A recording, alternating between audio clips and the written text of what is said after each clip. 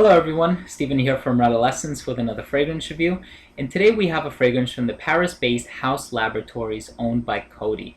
This is a celebrity fragrance and it has been the topic or the subject of a lot of ranting and raving and a lot of controversy as well in the past few months. It is a celebrity fragrance, it's by Lady Gaga, and it's her debut scent, Fame. So what's so special about this one? Why has it been so controversial and so under the spotlight recently?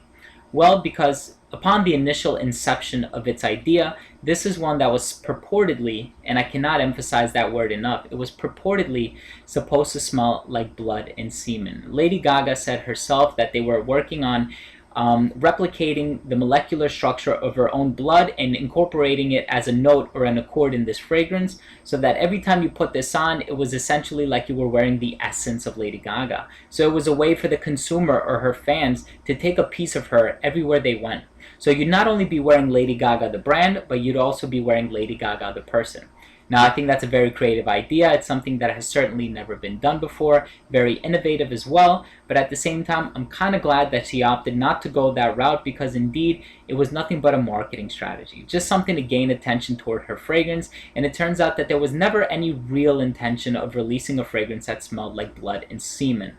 And then thankfully, the last thing that we need is another fragrance on the market that smells like Secretions Magnifique, because if you smell that aldehydic metallic accord, you know that you don't want to get anywhere near something that smells like that. So with that being said, what's so special about this fragrance?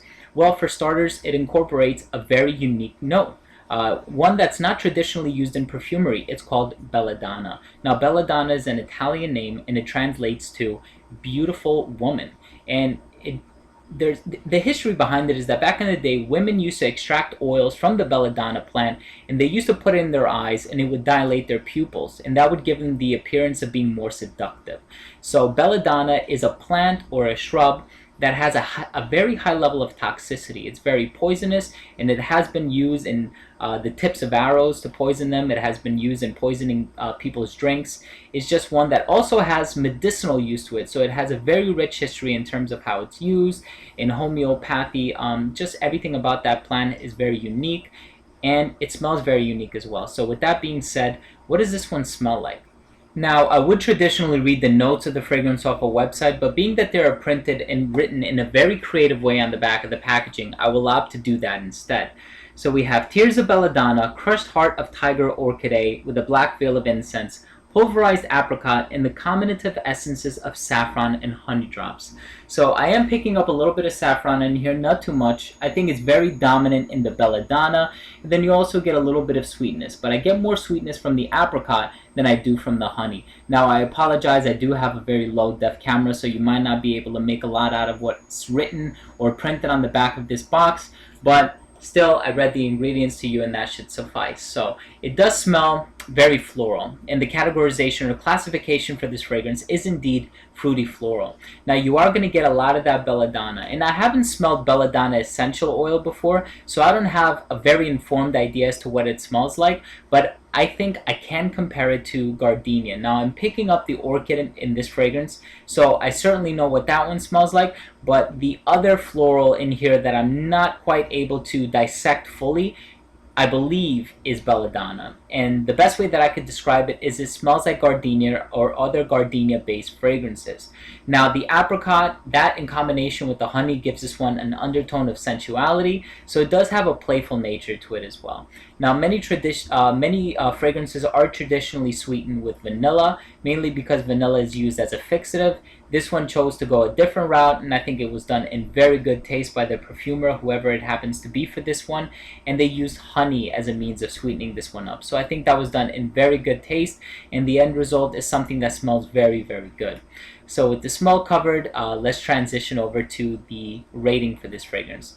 Now, as far as the uniqueness for this fragrance goes, I ended up giving it an 8 out of 10. Primarily so because it happens to feature the belladonna note. Now, belladonna is not an ingredient that's traditionally used in perfumery, so for that reason alone, this was a creative risk. At the same time, I do have to make the confession that Lady Gaga was not the first one to use belladonna in her composition. There is a fragrance that preceded this one, not by a very long time at all, but did precede this one by the niche fragrance house Ella Masca, and the fragrance is called Freak. And that fragrance uses not only belladonna, but a whole bunch of other toxic and poisonous florals. Now at the same time, you do have to bear in mind that they are both very different compositions by different perfumers who were hired by each company to make each one.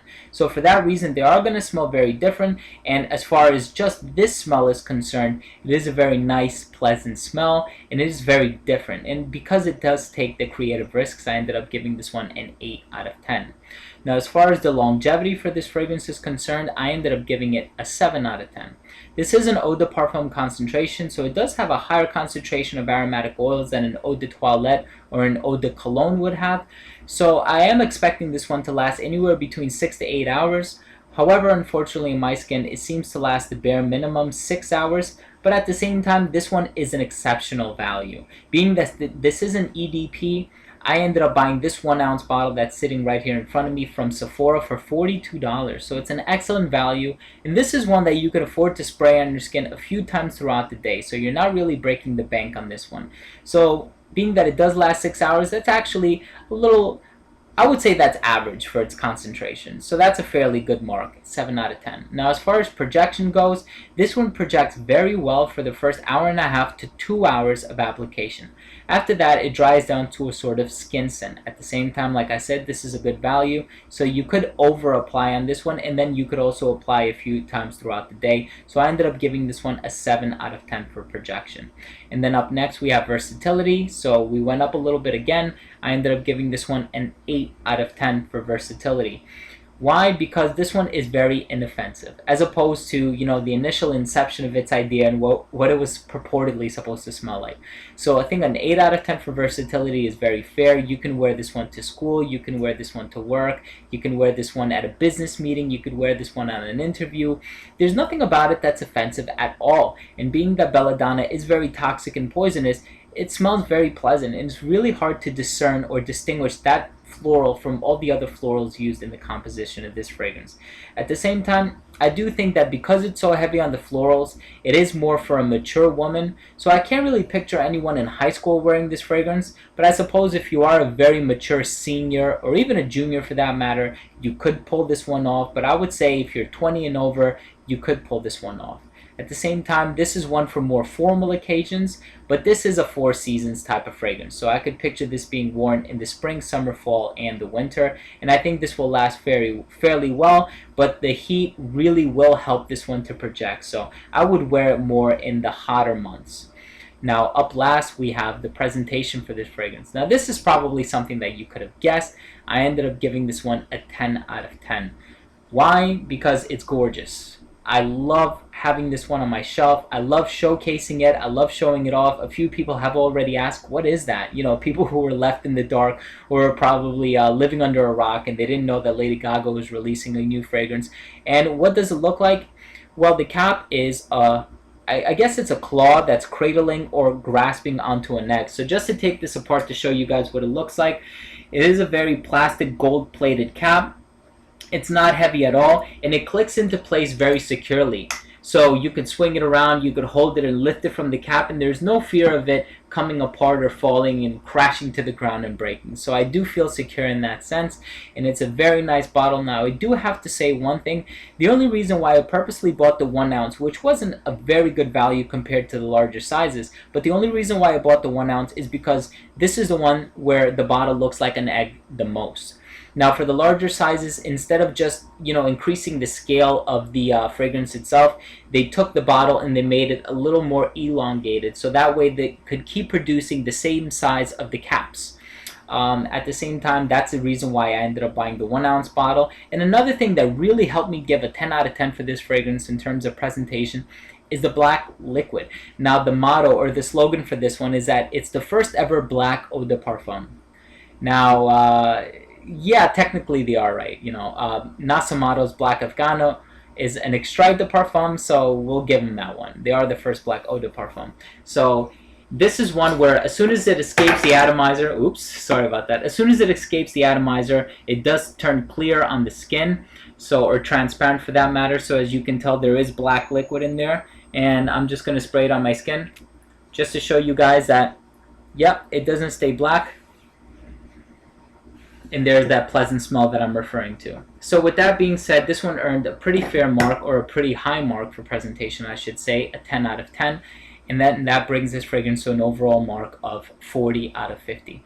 Now, I do have to ask one thing. I know that there was a lot of figurative representation with this one. A lot of things are to be used as a metaphor or an allegory for that matter. So I want to ask you guys. I purposely left that out because I wanted your opinion on this one. What do you think the juice represents, being that it's black? What do you think the Belladonna, the toxic flower, represents, you know, in Lady Gaga's career, or in Lady Gaga's fame or role as an entertainer and as a singer-songwriter and a musician? What do you think all these things represent? Please let me know by leaving a comment down below. And of course, if there's anything that I left out or anything that I failed to address, please let me know, and I will address it in a future video, or I will even just leave some, you know, a little bit of descriptive writing in the description down below, letting you guys what I missed. So thank you very much for watching. Once again, this has been Steven with another fragrance review from Redolessence. As always, please don't forget to comment, rate, and subscribe. Thanks for watching.